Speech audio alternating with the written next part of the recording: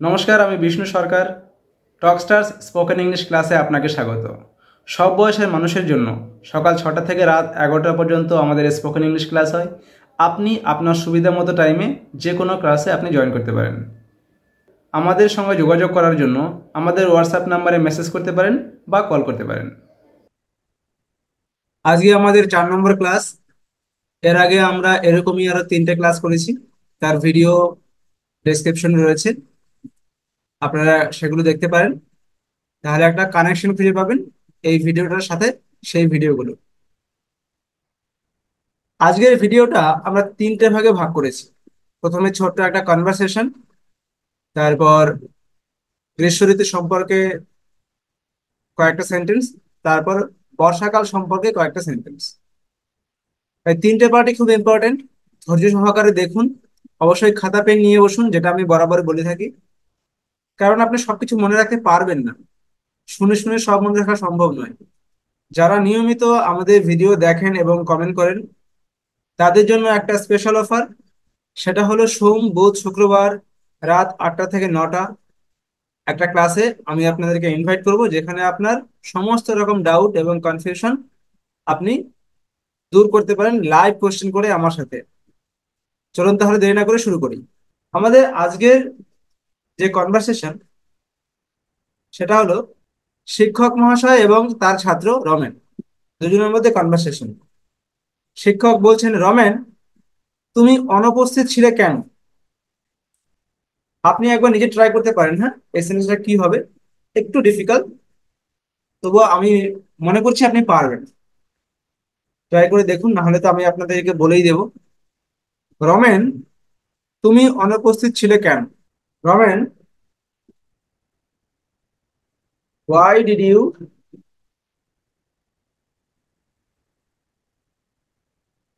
you absent in the class?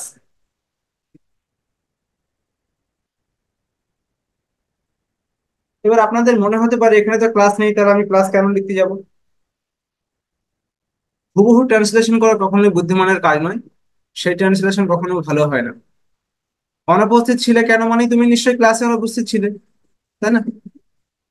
অনুপস্থিত ছিল মানেই হচ্ছে ক্লাসে অনুপস্থিত ছিল, যেহেতু শিক্ষক মশাই বলছেন। সেটা প্রাইভেট ক্লাস হতে পারে, বা স্কুলের ক্লাস হতে পারে, বা কলেজের। তাহলে বাংলার মতো হুবহু ট্রান্সলেশন অবশ্যই করবেন না। রমেন, তুমি অনুপস্থিত ছিলে কেন? Ramen, why did you absent in the class? তারপর এটা ট্রাই করুন। আমি লেখার আগ অব্দি আপনারা টাইম পাচ্ছেন ভাবার এবং বলার। রমেন বলছে, আমি হাসপাতালে ছিলাম।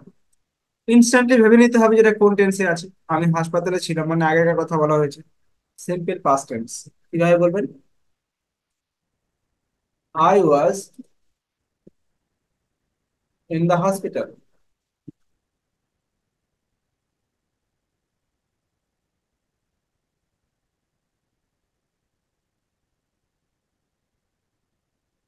আমি হাসপাতালে ছিলাম। আবার শিক্ষক মহাশয় প্রশ্ন করছেন, কি হয়েছিল? রমেন কি বলছে? আচ্ছা, কি হয়েছিল সেটা কি বলবেন? What happen? কি হয়েছিল? এবার রমেন উত্তর দিচ্ছে, আমার বাবা অসুস্থ ছিলেন। আমার বাবাকে ইংলিশে কি বলবো? My father. My father was ill. আমার বাবা অসুস্থ ছিলেন। আমার বাবা অসুস্থ ছিলেন। ইল মানে অসুস্থ। আর একটা শব্দ ব্যবহার করা যেতে পারে, সেটা হচ্ছে সিক। SICK। আমার বাবা অসুস্থ ছিলেন, মাই ফাদার ওয়াজ ইল, অথবা মাই ফাদার ওয়াজ সিক। এইবার শিক্ষক আবার বলছেন, কি হয়েছিল তার বা ওনার। এটা কিন্তু আপনাদের জন্য হোমওয়ার্ক। আপনারা নিজেরা এটা ট্রাই করুন। ভুল হলে কোনো অসুবিধা নেই। দেখুন, আমরা ভুল না করে কেউ শিখতে পারি না। সুতরাং ভুল করুন এবং নিজের ভুল থেকে শিখুন। আর কমেন্টে আমি আপনাদেরকে কারেক্টটা বলে দেবো। সুতরাং এটা আপনাদের জন্য আমি রাখলাম। এটা আপনারা কমেন্টে জানাবেন। তিনি বমি করছিলেন। তিনি বমি করছিলেন, আবার দেখুন এটা হচ্ছে পাস্ট কন্টিনিউয়াস টেন্স। আপনি ফর্মুলা নিশ্চয়ই জানেন। তিনি বমি করছিলেন, হি ওয়াজ ভমিটিং। তিনি বমি করছিলেন, হি ওয়াজ ভমিটিং। ছোট্ট একটা সেন্টেন্স। আচ্ছা, এবার শিক্ষক মশাই বলছেন এখন তিনি কেমন আছেন। এটা কিন্তু প্রেজেন্ট টেন্স, হ্যাঁ। How is he now. How is he now, এখন তিনি কেমন আছেন। যেমন আমরা বলি না হাউ আর ইউ, তেমনি করে how is he now. Third person singular number, এই ফ্যামিলি। তো আমরা এখানে ইজ ইউজ করব। হাউ ইজ হি নাও। তারপরে কি বলছে, ডাক্তারবাবু বলেছেন যে তিনি বিপদমুক্ত। এই সেন্টেন্সটা একটু ডিফিকাল্ট। তো আমি হোমওয়ার্ক ভাবছিলাম প্রথমে এই সেন্টেন্সটা দেবো, কিন্তু না, আমি বলেই দিই কারণ এটা অনেকে পারবেন না। ডাক্তারবাবু বলেছিলেন যে তিনি বিপদমুক্ত।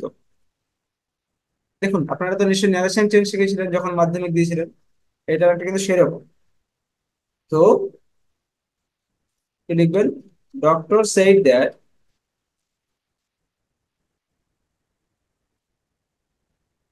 ডক্টর সেইড দ্যাট, এখানে কমার দরকার নেই। Doctor said that he is out of, sorry, he is out of danger.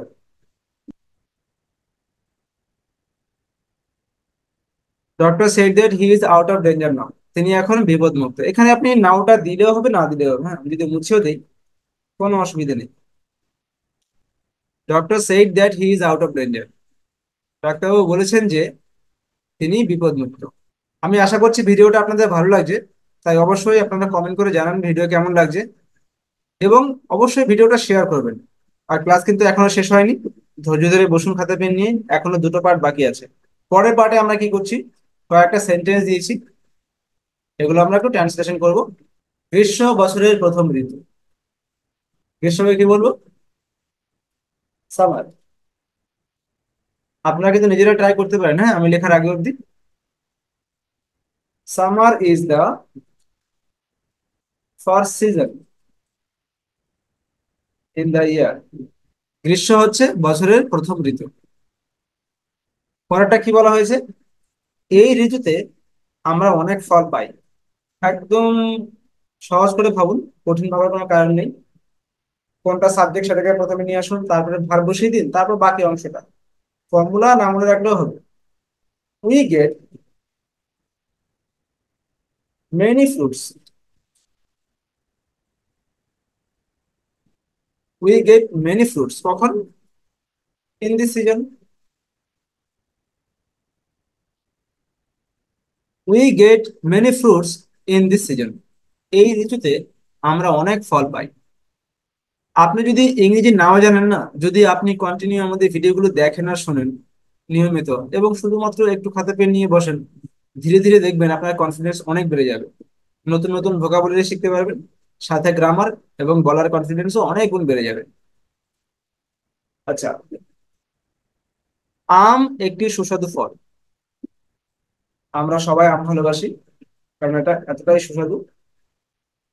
সেটা কিভাবে বলবো, mango is a delicious fruit. Delicious মানে সুস্বাদু বা টেস্টি, এখানে আপনি টেস্টিও বলতে পারেন। ডেলিসিয়াস অবজেক্ট আর বেশি সুন্দর, তাই আমি ডেলিসিয়াস বললাম। Mango is a delicious fruit, আম একটা সুস্বাদু ফল। কিছু লোক কাঁঠাল ও লিচু ভালোবাসে। সামার সিজন চলে এসে তো, তাই এসব কথা বলতেও ভালো লাগে। কিছু লোক কাঁঠাল ও লিচু ভালোবাসে, এবার কিছু লোক কি হবে, যারা কন্টিনিউ ভিডিও দেখেন তারা নিশ্চয়ই জানেন, আমি এটা অনেকবার বলেছি। Some people, some people like kathal and lichu. আগের ভিডিওতেই বলেছি কাঁঠালকে ইংলিশে কি বলে। Some people like jackfruit and lychee. Lychee মানে লিচু। তাহলে some people like jackfruit and lychee. এই ঋতুতে রোদের তাপ অনেক বেশি। এইটা হচ্ছে আপনাদের জন্য হোমওয়ার্ক। তাহলে এটা আপনারা কমেন্ট করে জানাবেন যে এটা ইংরেজি কি হতে পারে। এই ঋতুতে রোদের তাপ অনেক বেশি। ভুল হলে কোনো অসুবিধা নেই, আমি আবার বলছি, ঠিকটা আমি বলে দেবো বা হেল্প করবো। আর আমাদের এই ডাউট ক্লিয়ারিং ক্লাসে আপনি জয়েন করতে পারেন, তার জন্য আপনাকে অবশ্যই কমেন্ট করে বলতে হবে, তাহলে আমরা আপনাকে অ্যালাউ করবো। কিন্তু ভোরবেলা মনোরম, পরের সেন্টেন্সটা দেখুন, এটা আমি বলে দিচ্ছি। কিন্তু ভোরবেলা মনোরম, আজকাল তো ভোরবেলা মনোরম হচ্ছে না, সকালে সূর্য ওঠার পর থেকে ডাইরেক্ট দুপুর হয়ে যাচ্ছে, এতটাই টেম্পারেচার বেড়ে গেছে বর্তমানে। তবু তুলনামূলকভাবে ভোরবেলা একটু ঠান্ডা থাকে, কিন্তু ভোরবেলা মনোরম, তাহলে কি বলবো? বাট ইটস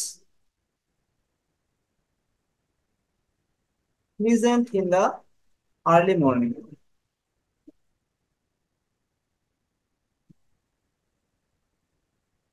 আর্লি মর্নিং মানে ভোরবেলা, হ্যাঁ।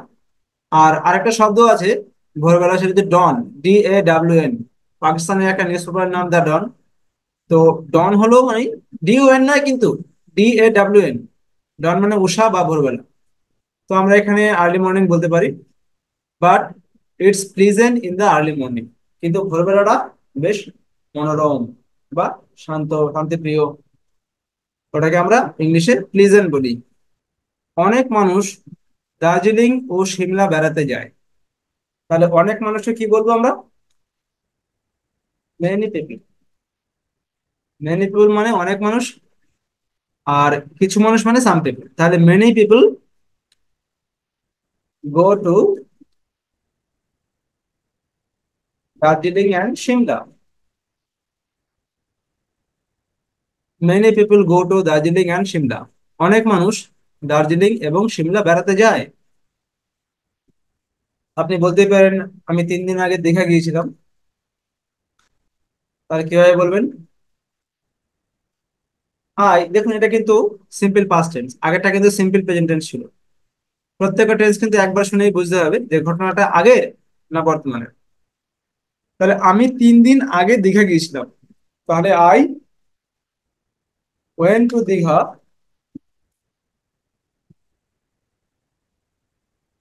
Before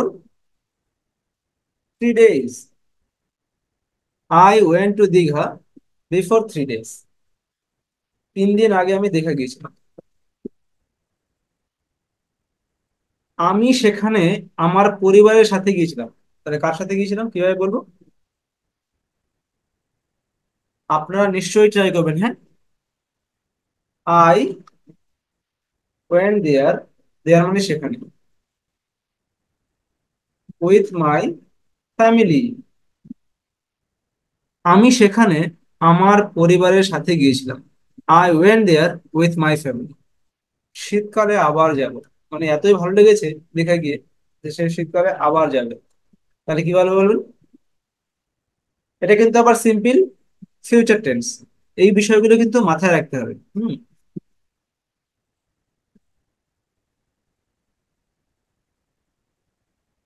I will go again in winter. শীতকালে আবার যাব। I will go again in winter, এখানে আমি অ্যাপোস্ট্রফি দিয়ে ডাবল এল করে দিয়েছি, মানে শর্ট ফর্ম করে দিলাম। এর মানে কিন্তু শ্যাল বা উইল দুটোই হতে পারে। শীতকালে আবার যাব, I will go again in winter. প্রতিদিন আমি প্রায় 25 থেকে 30টা সেন্টেন্স একটা ভিডিওতে দেই। যদি আপনাদের মনে হয় ভিডিও বড় হয়ে যাচ্ছে, আপনারা কমেন্ট করে জানাবেন, আমি পরের বার থেকে আরো ছোট করার চেষ্টা করব। বা যদি মনে করেন এটা ঠিকই আছে, তাহলে কোনো কথাই নেই। আপনাদের কমেন্ট কিন্তু ভীষণ ইম্পর্টেন্ট আমার জন্য, কারণ আমি ভিডিও বানাচ্ছি আপনাদের জন্য। এখন বৃষ্টি পড়ছে, খুব ইন্টারেস্টিং সেন্টেন্স, ভীষণ ভীষণ ইন্টারেস্টিং সেন্টেন্স। আমি বলে দিচ্ছি, এটা মুখস্থ করে রাখবেন, খুব কাজের সেন্টেন্স এটা। ইট ইজ রেইনিং, ব্যাস, শুধুমাত্র এইটুকুই যথেষ্ট। ইট ইজ রেইনিং এর মানেই হচ্ছে এখন বৃষ্টি পড়ছে বা এখন বৃষ্টি হচ্ছে। এখানে আপনি নাও যোগ করতেও পারেন, নাও করতে পারেন, কোনো অসুবিধা নেই। শুধু ইট ইজ রেইনিং বললেই কিন্তু বোঝা যাচ্ছে যে এখন বৃষ্টি পড়ছে বা এখন বৃষ্টি হচ্ছে। তারপর একটা নোটিস করুন, ছেলেরা ফুটবল খেলে। এগুলো কিন্তু একদম সহজ, আমি আপনাদের রিভিশনের জন্য দিচ্ছি, এসব কিন্তু আমরা আগেও আলোচনা করেছি। ছেলেরা ফুটবল খেলে, তাহলে কি হবে? ছেলেরা ফুটবল খেলে, বয়েজ প্লে ফুটবল। পথে লোকজন নেই, কি হবে এটা?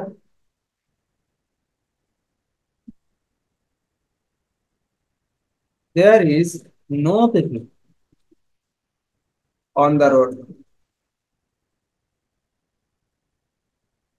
There is no people on the road, পথে লোকজন নেই। আচ্ছা, বাস টার্মটাকে আমরা এখানে ইউজ করে দিই, কারণ এখানে দুটোকে একসঙ্গে বলা হয়েছে। না হলে বাস ট্রাম আলাদা করে হলে আমরা প্লুরাল বলতাম, কিন্তু যেহেতু বাস ট্রামকে আমরা হাইফেনিক ওয়ার্ড করে দিয়েছি, তাই একটা, সেই জন্য আমরা ইজ বসাবো। হ্যাঁ, একটু কারেকশন করে নেবেন please. Bus tram is not running. আমার ছাতা নেই, তাহলে তো বুঝতে হবে, তাই না? তাহলে কি বলবেন? আই হ্যাভ নো আমব্রেলা, অথবা I have not an umbrella.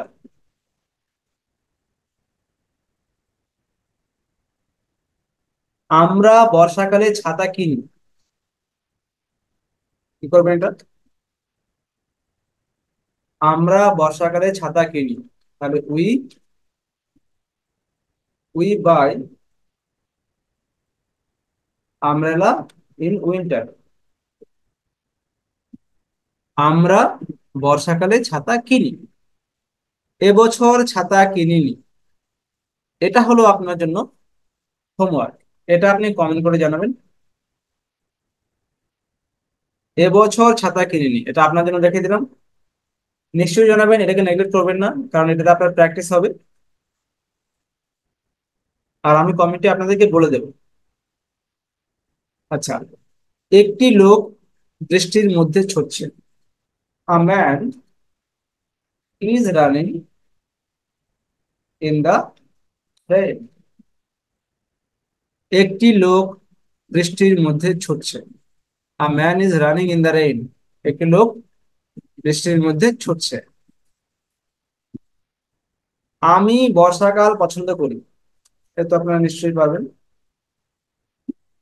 I like rainy season.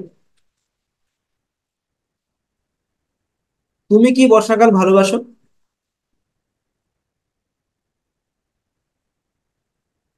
এখানে কি হবে? Do you like rainy season. তুমি কি বর্ষাকাল ভালোবাসো? তাহলে বন্ধুরা, আশা করছি আপনাদের ভিডিওটা ভালো লেগেছে। আর যদি আপনি মনে করেন এই ভিডিওটা আপনাকে ইংলিশ শিখতে হেল্প করছে, অবশ্যই আপনার কাছের বন্ধুদের সঙ্গে শেয়ার করুন হোয়াটসঅ্যাপ গ্রুপগুলোতে। তাতে অনেক মানুষ ঘরে বসে কিন্তু ইংলিশ শিখতে পারবেন। Thank you for watching. সায়নরা।